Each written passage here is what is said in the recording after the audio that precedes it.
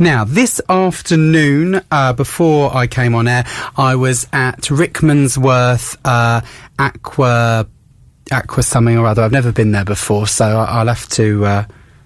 Anyway, Rickmansworth, and, I was having a picnic with a friend, 2 metres apart, and I'm really proud to report that everyone that I saw was respecting social distancing, and one man who's been going on about that in the best way possible, with me on the regular, is the Mayor, Peter Taylor. Good afternoon, Peter. Good afternoon, Benjy. I'm glad you enjoyed your trip to Rickmansworth. Aquadrome, that's it. Do you know what?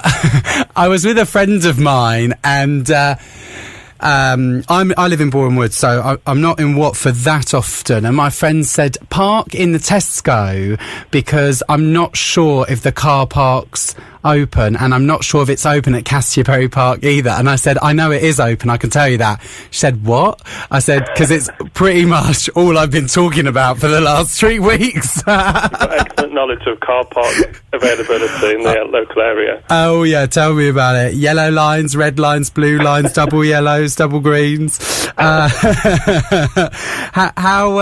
yeah, I was busy. It was there were lots of people about, but there were lots of people being sensible. How have you found most of the public have been? Yeah, exactly the same. So the reports we had at Castleberry Park over the weekend was that it was busy, but by and large people respecting the rules, keeping 2 metres apart, and so obviously we've got really nice weather at the moment. It's, we don't discourage people from going out and enjoying exercise, but just keeping those 2 metre distance is really important, so it seems to be going pretty well at the moment. And I was saying earlier in the show, traffic is probably a council's worst nightmare, but there's something quite comforting about seeing traffic again. It feels like some kind of normality. Yeah, I think that's right. I think we're seeing a gradual kind of businesses slowly opening up, obviously following all the safety advice. So that is a nice thing to see. There's a lot of work going on at the moment thinking about the town centre and how we gradually open that up and make sure that people can still keep 2 metres apart. But obviously we want our businesses to be open and successful and doing well. And as you say, we're seeing that. We're also seeing the number of fatalities, the number of people with coronavirus falling. So we just need to keep doing what we're doing, and hopefully, we'll get through this as quickly as possible. Now, one of the areas of society that has, in a way, greatly benefited from this time, if I can use that word, are people who are sleeping rough, have somewhere to sleep. Some of them, it might be for the first time in years. Well, first of all, there are a few people congregating outside the Travel Lodge in the town centre, which I do see. But some people are finding this time easier than others. But leaving lockdown, how can the council kind of support these people moving forward? Yeah, it's a really good point, Benjy. So we have seen, made more accommodation available. There is a room for everybody who needs one in Watford, with lots of people staying in the YMCA, the Travel Lodge, and other facilities. And now there's a lot of work going on thinking about how can we make sure that people who have had accommodation for the first time, as you say, often for perhaps a few years, how can we make sure that their improvements, they're healthier than they might otherwise have been. They've got lots of support for addiction and mental health, that we now move them into, more permanent accommodation. We see that their lives are turned around. If any of your listeners do see people that they think are sleeping rough, please do report it to us, because all of those people will get visited, they'll get offered help and support. And the other big piece of advice is please don't give cash to people that are asking for cash, because there is free accommodation available for everybody, there is food available, and if you give them money, it may be put to good use, or sadly it might not be, and most of the people that beg in Watford Town Centre are not rough sleepers. We do have people that come into the town just to beg. Right. That's really interesting. It would be really interesting for us to get on the show some of the people that have, seen if you can call it have had their lives improved in some way in the last few months for whatever reasons. And it's a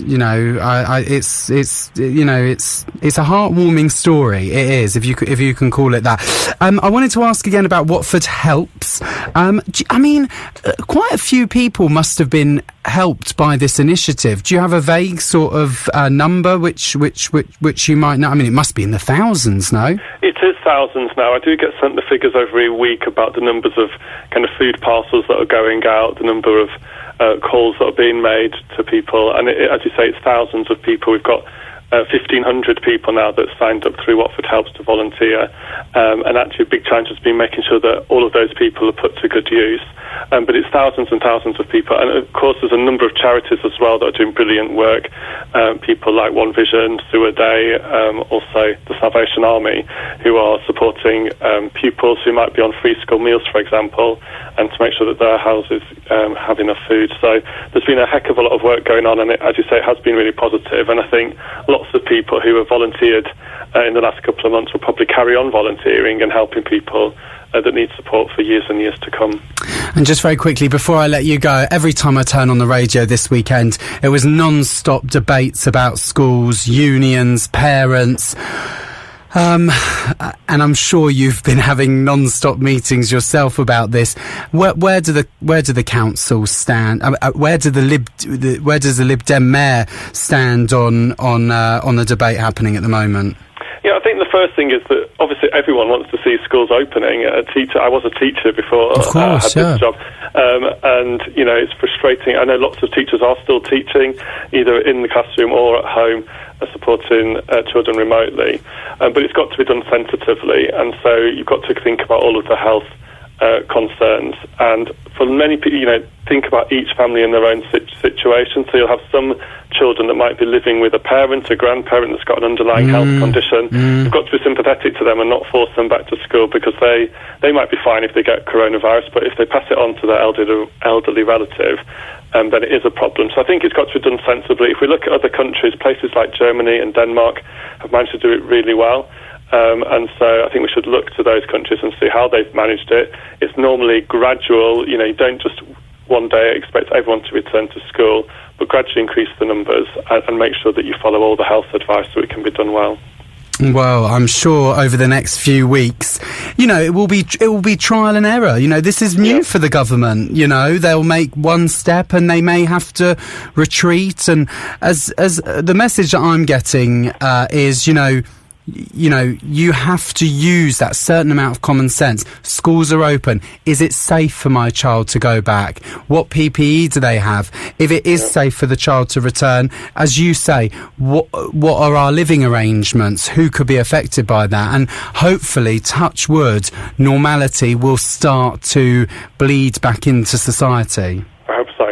Hopefully. That's Peter Taylor there, our lovely Watford mayor, keeping us updated, informed, and with his Sunday quizzes, I'd even go as far to say entertained.